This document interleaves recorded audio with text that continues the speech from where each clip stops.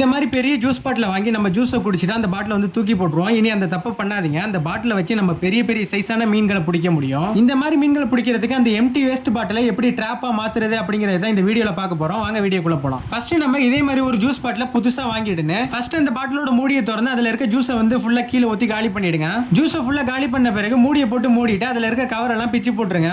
இப்போ பாட்டிலோட அடிப்பகுதியில ஒரு வரம்பு இருக்கும். அந்த வரம்பு கிட்ட கோடு போட்டு ஃபுல்லா கட் பண்ணி எடுத்துருவோம். ஃபர்ஸ்ட் வெட்ட போற பகுதியை கோடு போட்டு அதுக்கப்புறம் வெட்டுங்க. அப்பதான் ஃபினிஷிங் கரெக்டா வரும். நம்ம அடிப்பகுதியை முழுசா வெட்டி முடிச்ச பிறகு அந்த பக்கம் ஃபுல்லா ஷார்ப்பா இருக்கும். அந்த ஷார்ப்னஸ் இருக்கிறதுனால மீன்கள் உள்ள போறதுக்கு கஷ்டமா இருக்கும். அதனால வீடியோல காட்டுற மாதிரி பாட்டில்ல நம்ம வெட்டின பகுதியில 1 சென்டிமீட்டர் அளவுக்கு மடக்கி விட்டுருங்க. இப்போ நம்ம ஃபுல்லா மடக்கின பிறகு அந்த இடத்துல மீன் பூர்றதுக்கு நல்ல வாகாவே இருக்கும். ஷைனிங்கா இருக்கிறதுனால மீன் பூர்றப்ப அதுக்கு கஷ்டமே இருக்காது. வீடியோல காட்டுற மாதிரி நீங்க கரெக்டா மடக்கிருந்தீங்க அப்படின்னா இந்த அளவுக்கு ஃபினிஷிங் இருக்கும். இப்போ இந்த பாட்டில்ல நரம்ப கட்டுறதுக்கான வேலையை நம்ம ஆரம்பிக்கிறதுக்காக ஊதுபத்தியை வந்து கொளுத்திக்கிறோம். நீங்க கம்பியை கூட பழுக்க வச்சு ஹோல் போட்டுக்கலாம். இப்போ வீடியோல காட்டுற மாதிரி கரெக்டா ஒரு இடத்துல ஹோல் போட்டுட்டு அதுக்கு நேராவே மறுபுறத்திலயும் ஒரு ஹோல் போடணும். இப்போ நம்ம போட்ட 2 ஹோலுமே சரிசமமா இருக்குன்னு அப்படி இருந்தா மட்டும்தான் இந்த பாட்டில் வந்து பேலன்ஸ்டா இருக்கும். இப்போ இந்த பாட்டில் கட்டுறதுக்கான நரம்பை வந்து நம்ம ரெடி பண்ண ஆரம்பிச்சிட்டோம். இந்த நரம்போட சைஸ் பாத்தீங்கன்னா 0.70 mm. இந்த நரம்பை ரெட்டையம் அடிச்சு வீடியோல காட்டுற அளவுக்கு எடுத்துங்க. அதாவது கிட்டத்தட்ட 1.5 மீட்டர் அளவுக்கு எடுத்துக்கணும். ரெட்டையம் அடிச்ச நரம்புல ஒரு பக்கத்துல மட்டும் 1 அடி கேப் விட்டு வெட்டிடுங்க.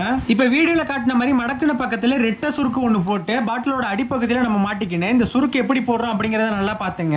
நிறைய பேர் இந்த பாட்டில் எப்படி செய்யறது அப்படின்னு கேட்டுக்கிட்டே இருந்ததுனால தான் இந்த வீடியோ பண்ணிருக்கோம். இன்னும் நம்ம சேனல் நீங்க ஃபாலோ பண்ணல அப்படின்னா மறக்காம ஃபாலோ பண்ணிடுங்க. இப்போ நம்ம போட்ட ரெட்டை சுருக்க பாட்டிலோட மூடி இருக்கிற பகுதியில போட்டுட்டு அதுல ஒரு பக்கம் நரம்ப தனியா எடுத்து அதுல ஒரு 20 கிராம் ஈய குண்டை வந்து கட்டிக்கிறோம். உங்களுக்கு ஈய குண்டு கிடைக்கல அப்படின்னா நீங்க போல்ட் நெட்டை யூஸ் பண்ணலாம். வீடியோல பாக்குற மாதிரி நம்ம ஃபர்ஸ்ட் கட்டின குண்டு வந்து பாட்டிலோட மூடியோட பக்கத்திலேயே இருக்குன்னு அடுத்து 2 நரம்பையும் ஒண்ணா வச்சு பாட்டிலோட கழுத்து பகுதி கிட்ட ஒரு முடிச்சு போட்டுட்டு அதுல ஒரு நரம்ப தனியா பிரிச்சு அதுல ஒரு 20 கிராம் ஈய குண்டை கோத்து கரெக்டா கழுத்து பகுதி கிட்ட வர மாதிரி கட்டிக்கணும். இது வரைக்கும் நம்ம வந்து 2 குண்டு கட்டிட்டோம். கடைசி குண்டை கட்டுறதுக்காக வீடியோல காட்டுற அளவுக்கு கேப் விட்டு 2 நரம்பையும் ஒண்ணா முடிச்சு போட்டுக்கிறோம். முடிச்சு போட்ட இடத்துல இருந்து ஒரு நரம்பை மட்டும் தனியா பிரிச்சு அதுல ஒரு ஈய குண்டை கோத்து கடைசியா கட்டிடுறோம். இப்போ நம்ம பாட்டில்ல 3 வெயிட்டையும் கட்டின பிறகு இப்படி தான் இருக்கும். இப்படி நீங்க கட்டியிருந்தீங்கன்னா பாட்டில கரெக்டா கட்டியிருக்கீங்க அப்படின்னு அர்த்தம். இப்போ நம்ம கட்டின இடத்துல இருந்து பாத்தீங்கன்னா 2 நரம்பு வரும். அதுல ஒரு நரம்பை நம்ம ஏற்கனவே போட்ட ஹோல்ல விட்டுட்டு வீடியோல காட்டுற மாதிரி ஈய குண்டோட சேர்த்து நல்லா ரெட்டை முடிச்சு போட்டு ஸ்ட்ராங்கா கட்டிடுங்க. ஸ்ட்ராங்கா கட்டின பிறகு முடிச்சு போட்ட இடத்துல இருக்க எக்ஸ்ட்ரா நரம்பை வெட்டி போட்டுறோம். இப்போ நமக்கு 1.5 அடியில ஒரு பக்கம் நரம்பு மட்டும் எக்ஸ்ட்ரா இருக்கும். அந்த எக்ஸ்ட்ரா இருக்கிற நரம்போட தலைப்பை எடுத்து வீடியோல காட்டுற மாதிரி மறுபக்க ஹோல்ல விட்டு நல்லா கட்டிடுங்க.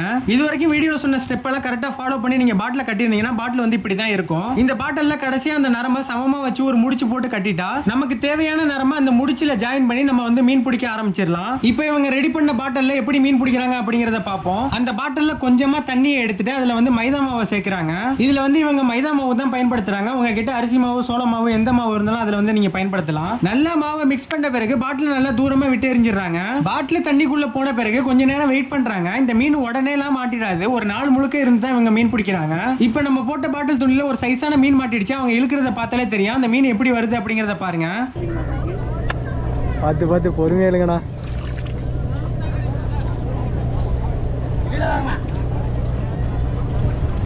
தண்ணிகளை வருது பாரு, வருது பாருங்க.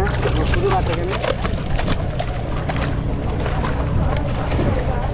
காட்டி காட்டி பைய திறந்து